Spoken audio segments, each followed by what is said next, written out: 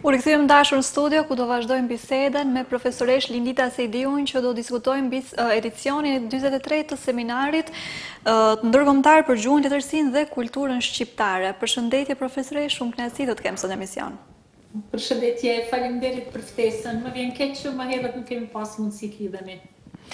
Pa problem, e kuptojmë, besoj të gjitha angazhuar me punët, me të gjitha aktivitetet që kemi, gjithsesi më në fund kemi rastin ku do diskutojmë, besoj, mbi një temë shumë të rëndësishme, siç ishte edhe ky edicioni 43 më radhë i seminarit.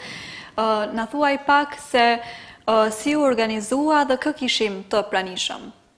Po, faleminderit për ftesën. Ky ishte edicioni 43 me radhë. Faktikisht me vitet të themelimit të seminarit ishte viti 51, domethënë nga viti 1974 këndej, është organizuar rregullisht me përjashtim të disa viteve kur nuk kemi pas mundësi shkaku që Kosova ishte në luftë ose situata ishte e rëndë. Si vjet kemi pas diku rreth 150 mysafir të huaj dhe rajonit lokal, kryesisht të huaj.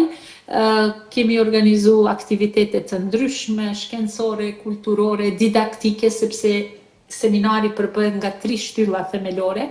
Shtylla kryesore e seminarit është pjesa e mësimdhënies së shqipes për të huajt. Do me thënë, Shqipja ofrohet në disa nivele, si vjet kemi filluar për herë të parë me ndarjen, ndonë se nuk ka një certifikim të Shqipës në nivel ndërkombëtar, jemi përpjekur që edhe tekstet didaktike ti organizojmë në atë mënyrë që të ofrohen sipas niveleve të kornizës evropiane të gjuhëve A1 deri në B1, pastaj niveli 3 C1 me ligjërata të veçanta, janë mbaj diku 32 orë mësimi brenda 2 javëve, që është kogja intenzive, sa një semestër i plot brenda një 10 ditëshi. Janë organizu disa tryeza shkencore, diku 9 ligjërata, janë organizu kumtesa, referime, kemi pas 2 tema bosh të sesionit shkencor në ditën e fundit të seminarit, te tema e letërsisë për postmodernizmin në letërsinë shqipe, ndërkaq te tema e gjuhësisë kanë qenë aktuale 2 tema, njëra rreth të zhvillimeve të fundit në leksikun e shqipes, për zhvillimet të fundit që po ndodhin dhe që janë reale se si pasqyrohen ato në shkencën albanologjisë, dhe tjetra ka të bëjë me Shqipen në rrjetet sociale, në medje. Menoj që për të parën ka pas më shumë kumtesa për leksikun, por ajo që e karakterizon këtë seminar ka qenë edhe pjesa kulturore, ka qenë shumë e pasur. Bile gjatë këtyre 10 ditëve ju kemi ofruar diku 3 koncerte, një të grupit Zana, që është një nga ansamblet vokale më të njohura në Prishtinë, me 5 zonja, zonjusha, që njëkohësisht bëjnë pjesë edhe në Filharmoninë e Kosovës, kanë ofruar një koncert shumë interesant me komponimet të ndjerit Musa Piperku.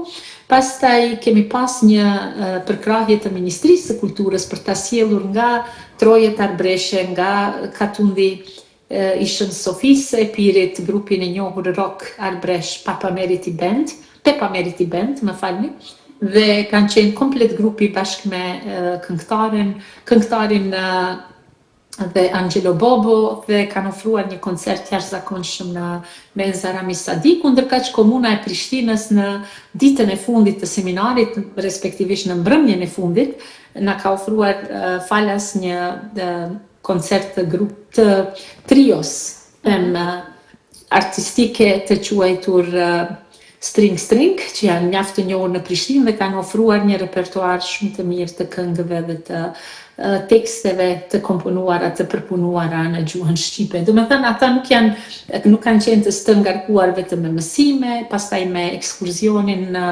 Pej, kësaj radhe e kishim Bugaxhinin, por ju kemi ofruar edhe një aktivitet të dendur kulturor, duke mos harruar edhe vizitat në për muzet dhe në për pjesë e Prishtinës, të cilat disa prej tyre i shihnin për herë të parë apo njiheshin me to për herë të parë.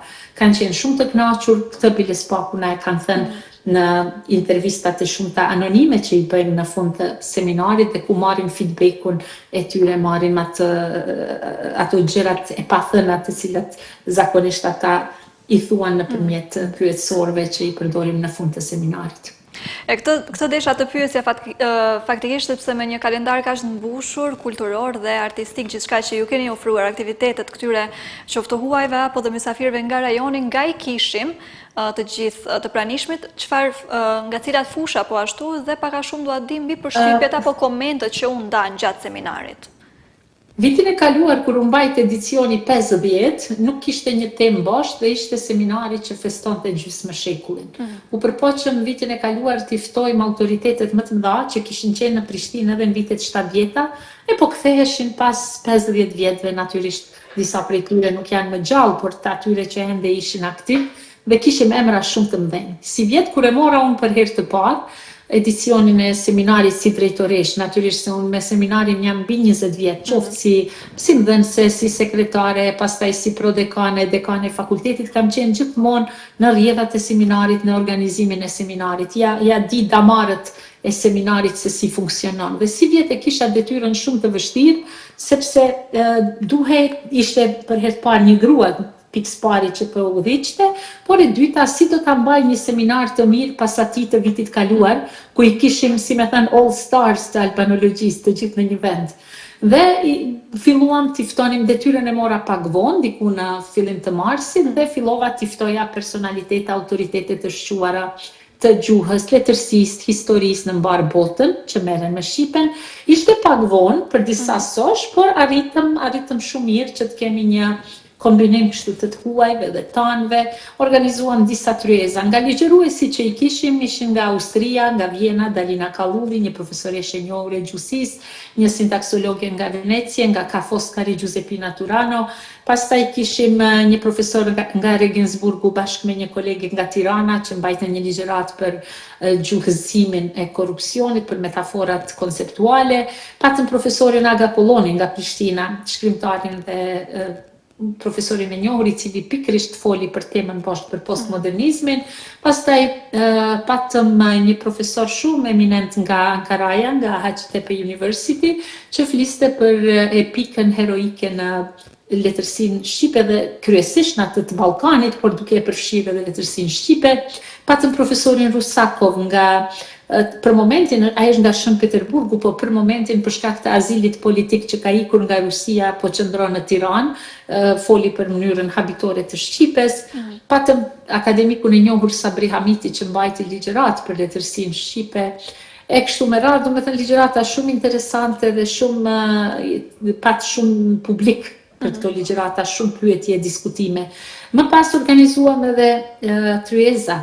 Ishte për vjetori Martin Camajt, organizuam një tryezë ndërkombëtare, kishim edhe folës tanë të Shqipërisë, po edhe nga Gjermania kryesisht që folën për Camajin, për veprimtarinë e tij nga disa aspekte. Pastaj një tryezë diskutimi për vjetorin e lindjes dhe të vdekjes së Lyç Gurakuçit, Bajram Curit, nga historianët kryesisht, një tryezë për arnautët e Sirisë. Dhe këtë e kemi organizuar në bashkëpunim me profesor Muhamet Mufakun, Muhamet Arnaut, që është edhe antar i akademisë këtu te ne, por që e solli bashkë me vete një grup të arnautëve të Sirisë, gjenerata e 3 e 4 që vinë në Kosovë rregullisht dhe kanë filluar ta mësojnë shqipen pas një kohe të gjatë të dyndjeve të gjyshërve të tyre atje. Kishim edhe profesor nga Turqia që morën pjesë në atë tryezë, bashkë edhe me profesor tanë të orientalistikës. Patëm një tryezë për inteligjencën artificiale dhe ndikimin e saj edhe në mjetet, në mediumet informative që u organizua nga Departamenti i Gazetarisë, kryesisht për mediumet në Kosovë, Shqipëri, domethënë mediumet shqipfolse dhe të shkruara në gjuhën shqipe. Pra kishte një përzierje, them kështu, një miks i lloj-lloj tematikash. Kemi pas sesionet posaçme të studiuesve, antropologëve, historianëve nga Polonia, të gjyqtarëve që vinë nga profili gjuhësisë historike nga Zvicra, domethënë një 3-4 studiues të rinj që merren me rikonstruimin e proto-shqipes, një punë shumë e rëndësishme dhe shumë e lodhshme dhe shumë e panjohur për ne. Pastaj një tryezat të tjera, gratë në letërsinë shqipe, me cilën edhe e filluam ditën e parë të seminarit, organizuar nga kolegët nga Instituti Albanologjik i Prishtinës, si dhe një tryezë për studimet, për zhvillimet, për kohjet e zhvillimit të folklorit në Shqipen nga njësoj kolegët e Institutit Albanologjik. Do të thënë ka qenë kogja i ngarkuar të në një farë mënyrë ky program i seminarit, po dhe kënaqësi të kemi gjithë ato punime, gjithë ato hulumtime, studime, rezultate në një vend brenda 2 javësh. Njerëzit kanë qenë kryesisht nga Italia, Bullgaria, Gjermania, nga Evropa në përgjithësi, them kështu, Evropa kontinentale, kemi pas edhe 2 nga Shtetet e Bashkuara kësaj radhe, kemi pas nga Japonia, nga Siria, nga Turqia, nga pjesa e Azisë. Domethënë ka qenë një mix i njerëzve, i kolegëve, studiuesve, disa për herë të parë, një pjesë e madhe studentëve që vinin nga Evropa ishin për herë të parë. Kësaj radhe, për dallim prej herave tjera, kemi pas student nga l'Orientale, nga Universiteti l'Orientale nga Napoli, me cilët ne kemi edhe bashkëpunim, qoftë në formë akademike, po edhe në shkëmbime Erasmus, dhe të cilëve pjesëmarrja në seminar u është llogaritur me ECTS kredi. Kjo flet shumë se seminari vlerësohet me ECTS kredi në universitetet prej nga vinë këta studentë. Do me thënë, për shumicën prej tyre që kërkonin certifikata të pjesëmarrjes, disa prej tyre kërkonin edhe që kanë marrë pjesë certifikate dhe me punime, jo vetëm në kurse, sepse na thoshin neve që pjesëmarrja e tyre në seminar atyre mund të llogaritet si një lëndë mësimore apo si një kurs në studimet e tyre bachelor ose master. Kjo na gëzon shumë për faktin që shumë nga këto personalitete në të ardhmen, për shkak të kontakteve që krijojmë me ta, mund të shndrohen shumë lehtë në marrëveshje bashkëpunimi, por edhe në bashkëmentorime të shumta për studentët tanë, këtu kryesisht albanologjisë. Profesoresh, sepse po i afrohemi edhe fundit, por gjithsesi doja të dija sepse më duket se një ndër shtylla, domethënë shtylla e tretë ishte diskutimi mbi Shqipen në rrjetet sociale, apo jo? Ishin 3 tema. Ishte një nga to ishte edhe Shqipja në rrjetet sociale, në mediet, po. Nëse mund të dim shkurt paktën se pse u pa rëndësishme apo udhët që diskutohen mbi këtë temë. Po, u diskutua për arsye se ka mendime të ndryshme nëse duhet të Shqipja në rrjetet sociale të jetë ajo Shqipja e standardizuar, apo secili ka profilin e vet personalizuar, individual dhe mund të përdor një shqipe të folur, por të shkruar në mënyrën e vet. Nuk pat reagime të shumta, të drejtën, secili nuk pat diskutimet më të mëdha u bën te fusha e leksikut, te terminologjia, kryesisht terminologjia e AI, që po vjen tash bashkë me kompjuterizimin e gjithçkafit, që po vjen në gjuhën shqipe. Një temë të tillë ne kemi pas diku edhe para, mund të them 7 vjetëve për Shqipen e rrjeteve sociale. Kjo temë u propozua nga Universiteti i Tiranës. Domethënë ne organizojmë seminarin bashkë me Fakultetin e Filologjisë të Tiranës, barrën kryesore kemi ne natyrisht. Dhe nuk pati shumë tema që lidhen kryesisht me këtë, por në përgjithësi mbizotron mendimi që gjuha standarde është vetëm një nga varietetet të cilat do duhet të përdoreshin në situata zyrtare. Një situatë zyrtare është edhe kjo si e jona, kur ne komunikojmë nëpërmjet televizionit, domethënë në mediume televizive, por kemi edhe aso mediume private, të cilat varet edhe nga qëllimi ose varet nga funksionit të cilit ata ja veshin vetes. Po mendoj ka emisione për trinj ku është e pamundur të flitet, të thuhet diçka në gjuhë standarde sepse bëhet shumë shndrohet në diçka shumë artificiale.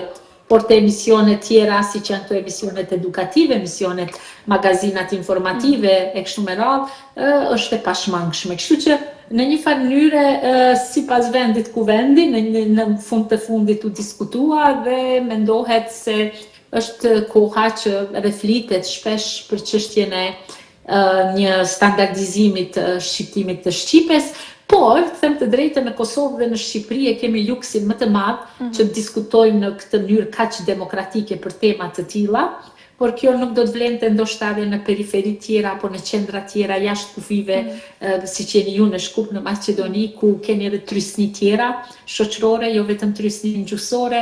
Në ato raste ndoshta gjuha do të mund të ekzistonte sa më mirë dhe sa më shumë dhe sa më gjatë, në qoftë se sidomos në situata zyrtare përdoret gjuha standarde.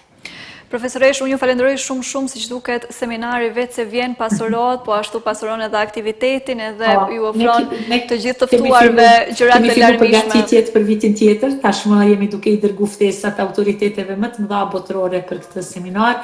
Do të mbesim në kontakt, presim që të kemi një përkrahje dhe një pjesëmarrje edhe nga Universiteti i Tetovës, po ashtu nga Universiteti i Evropës Juglindore dhe nga i Shkupit, me të trija këto universitete në Terezën, kemi me gjitha kemi për marrëveshje bashkëpunimi dhe ndoshta në të ardhmen do të mund edhe të organizojmë siç kemi bërë para 2 vjetëve një seancë, para 3 vjetëve, m'falni, një seancë shkencore ta organizojmë edhe në Shkup. Patjetër unë uroj gjithsesi që do ritakohemi sërish për një kohë apo për një periudhë akoma më gjatë për një diskutim sepse ishte vërtet këndshëm dhe një bisedë me shumë vlera dhe ju falenderoj shumë për pjesëmarrjen.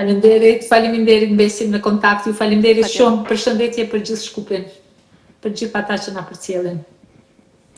E dashur të dashur, erdhi koha t'ju përshëndes unë edhe për sot, duke ju uruar një pasditë sa më të këndshme, ne ritakohemi sërish të mërkurën në të njëjtën orë. Mirëmbëjtje.